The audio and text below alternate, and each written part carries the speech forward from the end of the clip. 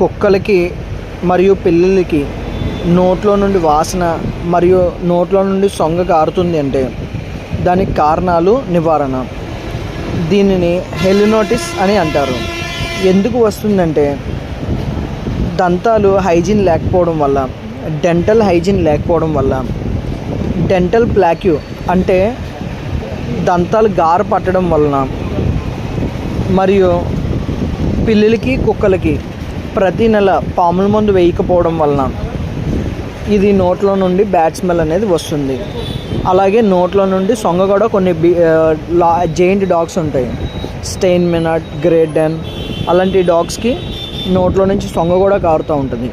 Problem వచ్చేది. దీనికి ఏం చేయాలంటే ప్రతిరోజు మనం ఉదయం లేవగానే మన బ్రషింగ్ ఎలా చేసుకుంటామో డాగ్ కూడా బ్రషింగ్ చేయాలి.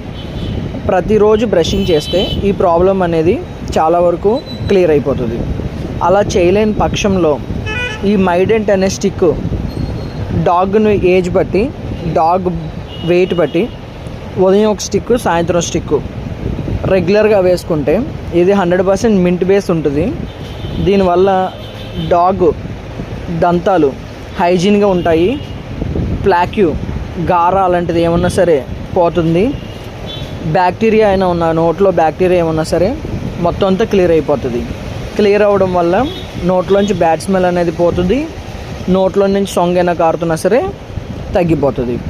ఇది 100% న్యాచురల్ ప్రోడక్ట్. మంచి రిజల్ట్ ఉంది. Thank you friends.